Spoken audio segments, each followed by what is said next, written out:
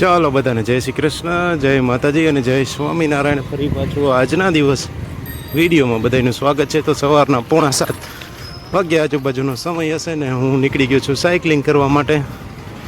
તો આજે જે મારી રૂટીન જગ્યા ક્રિકેટ લોકો રમે છે દાસી જીવન પાર્ટી પ્લોટ, તો ત્યાં જઈને બતાવીએ. ત્યાં પણ મોરારી બાપુની સપ્તાહ કાલેથી ચાલુ થાય છે, તો આજે ત્યાં ગોઠવણી બધી થઈ હશે, તો એ પણ થોડી ઘણી બતાવી દઈએ. કેટલા કોમ્પ્લેક્સ બની ગયા ગોંડલમાં. ત્યાં અહીંયા કોઈ જોવું ગમે એવું હતું, ત્યાં આવા સરસ કોમ્પ્લેક્સ થઈ ગયા છે. જૂના વર્ષોના જે બાંધકામને બધું જગ્યા પડી હોય ને એ બધું લઈ લઈને ત્યાં નવા નવા સરસ કોમ્પ્લેક્સ બનીને ડેવલપ બધી જગ્યાએ કરતા જ હોય છે. તો આ રીતનું કંઈક અત્યારે તૈયારીઓ બધી પૂરજોશમાં ચાલી રહી છે. અહીંયા ટેન્ટ પણ બની ગયો છે મોટો. આ રીતનું ડેકોરેશન છે, બધે તૈયારી ફૂલ જોશમાં. લોકો પણ કેટલાય છે અહીંયા સેવામાં આવેલા હોય એ બધા, અને કેટલાય જે કામ કરવાવાળા લોકો એ અત્યારે આરામ ફરમાવે છે. એનો સમય થશે એટલે 42 વર્ષ પછી ગોંડલમાં થાય છે રામકથા.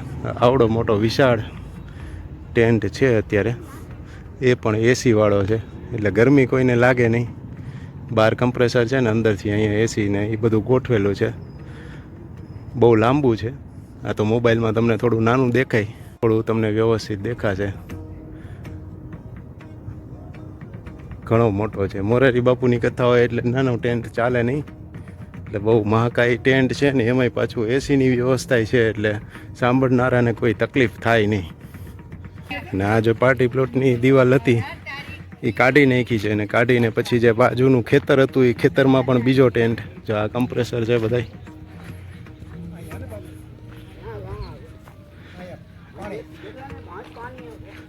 રૈયાણીનું ખેતર જે છે એ ખેતરમાં પણ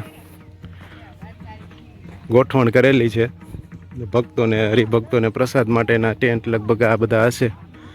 તો આ રીતનું બહુ મહાકાય આયોજન 42 વર્ષ પછી મોરારી બાપુની કથાનું ગોંડલમાં થયું છે, જેમાં કાલથી લગભગ કથાની શરૂઆત થશે. આજે 17 તારીખ થઈ, 18થી 26 તારીખ સુધી છે. તો વિડીયો જોનારને ગોંડલના હોય કે આજુબાજુના હોય તો લાભ લઈ શકે.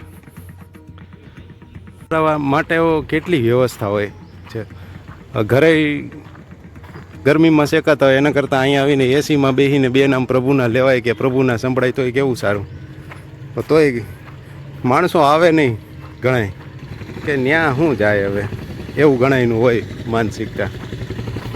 રાશનના રિક્ષાઓ આવવા માંડ્યા છે, બટેટા ભરાઈને. અત્યારથી બધું કરિયાણું ને એ બધું હવે ફૂલ જોશમાં આવી જશે.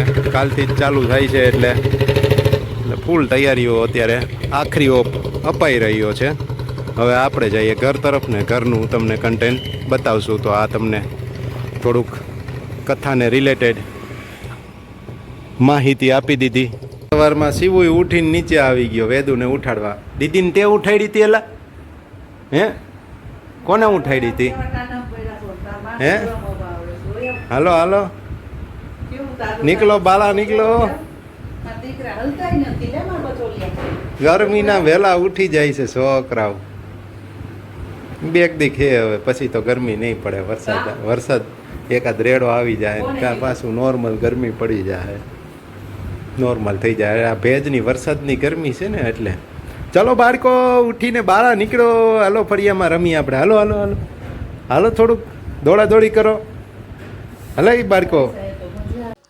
કેટલાય દિવસથી જે આ તૈયારીઓ થતી હતી ને મોરારી બાપુની કથાની, ત્યાં જવાની તૈયારી કરતો હતો, પણ મેળ નહોતો આવતો. કેટલાય દિવસથી ઉઠવામાં ન આવે કે એવી રીતે કંઈ ને કોઈ કારણસર નહોતો. તો આજે વળી કાલથી જ શરૂઆત થવાની છે. તો આજે વહેલું ઉઠાઈ ગયું, ચક્કર મારવાય નીકળો ને એ થઈ ગયું, બધું એકારે પતી ગયું. બા જો કામે લાગી ગયા છે. બા જય શ્રી કૃષ્ણ. અને આ છોકરાઓ જો એ વહેલા ઉઠીને મંડી પડ્યા છે, આટા વીટા વારે છે. એ વેદું આ રહી જો, આમાંથી એક તારી લઈ લે ને એક ભાઈની. જો અહીંયા બે પડી ને, ખોલીને જોઈ લે અંદર. પણ ના, ચાલો વધારાની જે બુક હોય ને એ વેદુને અત્યારે આપી દઈ. એને લીટા થોડું ઘણું ઇતર પ્રવૃત્તિ કરવામાં ને ડ્રોઈંગમાં ને એમાં કામ આવે ને આ ઇતર પ્રવૃત્તિ અત્યારથી કરવા માંડ્યો છે સાયકલની હરી પાનું. તારે કઈ જોઈ છે વેદુ શિવ? બસ એ તારી, એમાં તારે લેસન કરવાનું, બાંધવાનું નહીં હો બે. જો એ પાછળની સાઈડ તારે હાલે ને અહીંયા લખેલું હોય તો આ કોરું હોય, આ સાઈડ લખાય. ઊંધેથી ચાલુ કરવાની આપણે, આમથી ચાલુ કરી એટલે થઈ જાય ને આ પન્નું, પછી બીજું પન્નું, એવી રીતે. આને એવી રીતે તારે એમ ઊંધેથી ચાલુ કરવાની. ચાલો તો સવારના સમયે આવી રીતની એ ફેંકી દે, અંદરથી કાગળ નીકળે એ ફેંકી દે.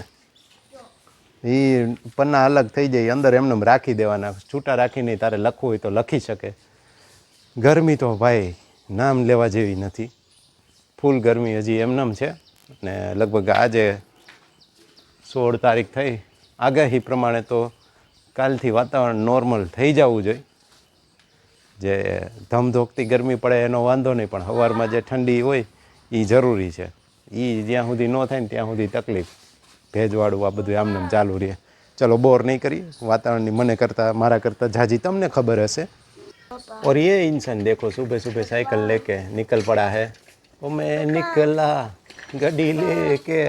अरे ક્યાં નીકળો? કઈ બાજુ જાસ? કેમ કર? હું બોલો ભાઈ તને? इस सज्जन को क्या तकलीफ है? कुछ ना कुछ इसकी डिमांड होती है. ग्लू तो बेटा મેં તને લઈ તો દીધું, તું પડ્યું તો પૂરું થઈ ગયું. શું કરવું છે તારે ગ્લુ ને? બોલ ને, શું ચોટાડવું છે? ફુગા ચોટાડવા છે દિવાલમાં? ના, તો ગ્લુથી થોડા ચોટા. મેં કીધું કોણ જાણે તે વિચાર્યું હોય કે ગ્લુથી ચોટાડવા છે દિવાલમાં, તો મારે ફુગા કાં ચોટાડવા નથી. તો શું કરવું છે તારે? કંઈ ડ્રોઈંગ કરવું હોય તો એમાંથી ચોટાડવું હોય તો હા, પણ એ તો કર ને ત્યારે હું લઈ આવીશ, તમે તારે મોજ કર. અમે નાના હતા ને ત્યારે શું કરતા ખબર છે? આજ બપોર બચારું ગ્લુ ન હોય ને એટલે અમે શું કરતા, લોટ હોય ને, લોટ રોટલી વણવાનો, એ લોટમાં થોડુંક પાણી નાખી એટલે એનું જે રાબડી થાય ને એ રાબડીથી પન્ના ચોંટી જાય. એ રાબડી લગાડીને એટલે ચોંટી જાય. ને એનાથી હેલી વસ્તુ શું ખબર છે? કાંઈ ન મળે તો એ અમે કરતા નહીં, પણ એ અમે સાંભળેલું છે. હાસ્ય કલાકાર બહુ કહે નાકમાં જ નીકળેલા શેડા હોય ને એ બે કાગળ લગાડે ને એટલે કાગળ ચોંટી જાય. એવું ન કરાય, પણ ઓલું લોટનું હોય ને એ અમે પેલા કરતા, નાના હતા ને ત્યારે. કાગળ ચોંટાડવો હોય ને લોટનું અમે કરતા. લોટની રબડી બનાવીને પછી એનું લુગદી બનાવીને ચોંટાડી દેતા, ચોંટી જતા. પતંગો બનાવેલી છે એવી લોટની રબડી બનાવીને હળીમાં આમ વીટીને ચોંટાડી દે. પછી ઉડે ને એ વાત અલગ છે, પણ બનાવી તો લેતા જ પતંગ. કડક કડક થઈ જાય એટલે પછી કંઈ માપ તો હરખું રહે નહીં, સાઈઝ શેપ ને, એટલે પછી ઉડે બહુ નહીં કંઈ. પણ એમને બનાવવાનો સંતોષ મળતો કે ના અમે પતંગ જાતે બનાવી, એટલા માટે અમે કરતા. હા બોલો. મને કાતરથી છે ને આ પેજમાંથી છે ને ગોળ કાપવું હોય ને તો આવડી જાય. એમ તારી વાત થાય બેટા, તું તો હવે એક્સપર્ટ થઈ ગઈ. કેટલોક ડાન્સ આવડ્યો હવે? હે કાલે શું શીખવાડ્યું? આજે 9મો સ્ટેપ પહોંચી હતી કાલે. 9મો સ્ટેપ શીખવાડ્યો. કેટલા ટોટલ સ્ટેપ છે? 50. હા, इस सज्जन को क्या बोलना है भाई? હું ક્યાં ગયો તો તું? इस सज्जन ચોપડી લેવા. ये सज्जन ચોપડી લેવા ગયો તો. બહુ સરસ. લાવો સજ્જન, લાવો. કોઈ પરેશાની હો તો બોલ દો. સજ્જન, ઓ સજ્જન, હું ચોપડી લેવા. તું ચોપડી લેવા ગયો તો? બહુ સરસ. ચાલો કંઈક એને પકડાવી દઈને એટલે થોડીક ટાઈમ હાલે, એકાદ દી કદાચ હાલે તો કાલ તો વળી પાછું પૂરું થઈ જાય. નવી વસ્તુ એક દિવસ માટે જ ઉપયોગી રહે એના જેવું છે. ચલો એક ફટાફટ વાત કહી દઉં, નાની એવી છે, બહુ મોટી નથી. તો વીરા સાખળ નામના એક વ્યક્તિ હતા, એના પિતાશ્રી હતા એ રામભાઈને બહુ ક્રોધ આવે. ક્રોધ એટલે અતિશય ક્રોધનું જાળવું. રસ્તામાં આવેલા જતા હોય અને પગમાં જો પાણો વાગે તો પાણા એરે માથાકૂટ કરવા માંડે, એટલે ગમે એની એરે માથાકૂટ કરવા માંડે. ક્રોધનું એમ કહી શકાય ને મૂર્તિમાન રૂપ, હદબારો ક્રોધ એવો એનો સ્વભાવ ને. આને લીધેથી એને કેટલાય ગામે બદલાવી નાખ્યા હતા. એક ગામમાં રહેતા હોય ને ત્યાં પછી કોકાયરે કંઈક આવી માથાકૂટ થાય એટલે બીજે જાય ને ત્રીજે જાય ને, એવી રીતે 3-4 તો ગામે બદલાવી નાખ્યા. અને એનો જ દીકરો વીરા સાખળ જે છે એ સાવ સત્સંગી ને કોઈ જાતનો કાંઈ ક્રોધ જેવું કાંઈ એમાં જોવાય ન મળે. એટલે પછી એક વખત થયું એવું કે વીરા સાખળ તો પૂરા સત્સંગી હતા, એટલે એ એના પિતાશ્રીને લઈ ગયા કે હાલો ને અહીંયા ગામમાં મંદિર થાય છે તો આપણે જાય. એટલે પછી શ્રીજી મહારાજ ત્યાં બેઠા હતા અને બરાબર એ જ સમયે મંદિરની ઉપર જે ઓલું આડહરનું લાકડું બહુ મોટું ને ભારે વજનદાર હોય એ એમને ઉપડે નહીં. તો એ બરાબર ઉપર ચડાવવાનો સમય હતો એટલે પછી આ વીરા સાખડ ગયા અને એના પિતાશ્રી હતા એટલે એ ઓલા 5-6 જણા કેટલાય મહેનત કરીને ચડાવતા હતા તો એ કંઈ એનાથી ચડતું નહોતું. તો આને એમાં મદદ કરી ખાલી વીરા સાખડે. એટલે અને એ ક્યારના મતતા હતા ને આને કામ થઈ ગયું એટલે લાકડું ઉપર ચડી ગયું. ઉપર જ્યાં લગાડવાનું મૂકવાનું હતું ત્યાં મૂકી દીધું. પછી શ્રીજી મહારાજે પૂછ્યું એને કે આ કોણ છે, કારણ કે વીરા સાખડને તો ઓળખતા હતા એટલે કે એ મારા પિતાશ્રી છે. એટલે શ્રીજી મહારાજે કીધું કે એનું બળ બહુ કામ લાગી ગયું, આપણને આ લાકડું નહોતું ચડતું ને અત્યારે આ થઈ ગયું, લ્યો કે અમે રાજી છીએ, બોલો કે. એટલે બરાબર વીરા સાખડે કીધું કે મારા પિતાશ્રીને બહુ ક્રોધ આવે છે તો તમે એનું કંઈક કરો. એટલે તરત આશીર્વાદ આપ્યા ને ત્યારથી એનો ક્રોધ ગયો. પછી સાવ શાંત થઈ ગયા. તો આવા તો કેટલાય દ્રષ્ટાંત છે, એમાંનું એક દ્રષ્ટાંત મેં કીધું. ઘણા બધા હોય, ઘણાને ધ્યાનમાં આવ્યા હોય. આ મેં સાંભળેલું, એ મેં તમારી સાથે શેર કર્યું. બસ એટલે સેવા કરો ને ક્યાંક ને ક્યાંક કોઈ રીતે તમને જીવનમાં સ્વભાવમાં ઉપયોગમાં આવી જાય, નહીં તો કોઈ અલગ રીતે ઉપયોગમાં તો આવી જ જાય. અને કે જો શિવ એને કે તું તાર રોકાવાનું.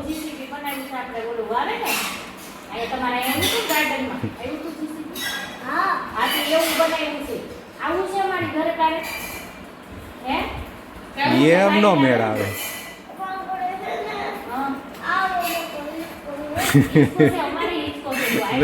એન મામી નહીં પ્રલોભન દઈ દે એમ છે અટાણની પ્રજા. હા હર્ષિવ તાર રોકાવું છે, તારે અહીંયા રોકાવાનું છે. કાં શું કામ જવું છે? જો હજી આનાથી મોટી બીજી ગાડી છે, હોય સાંજે તને આપીશ, તું રોકાન. તો મોટું ઓલું ટ્રેક્ટર છે, જેસીબી છે, શિવની સાયકલ છે, વેદુની સાયકલ છે, સ્કૂટર. હા જો એ ટંકોરી વાળી જોજી, જો શિવ હવે ઓફર આપે છે.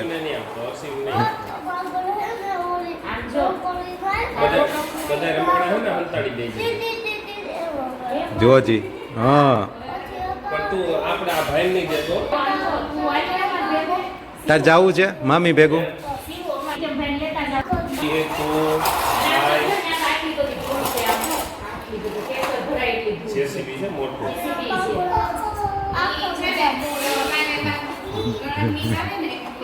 આજ રોકાઈ જાવ કે ઢોસો ખાવા લઈ જાવ કે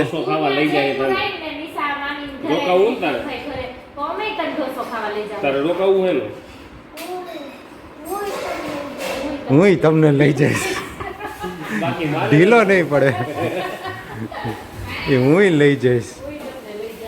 તમે રોકાવ તો પણ ન્યા ન થાવું. કા શું જોવું તારે? શું જોવું તારે? તો એને કે ભાઈ મને જોવા દે, એટલે જોવા દે. તું જોરથી બોલ તો કે તો એ આપે, એમને ન આપે. મેચિંગ હો ઉનાળાના. જો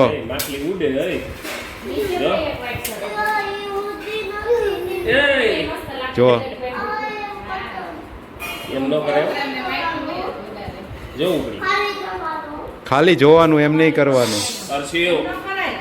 જો ગુજરાતી ગરબા આવતા ને માન નથી જોતા, કહી દે.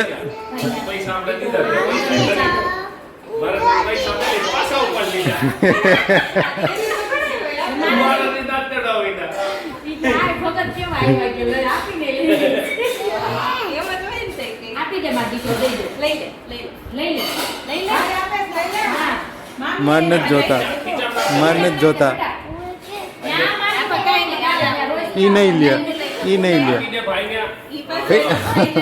ભાઈને જ દે, બીજાને દે તો ન હાલે. પડતો નહીં એ નો આવે હવે.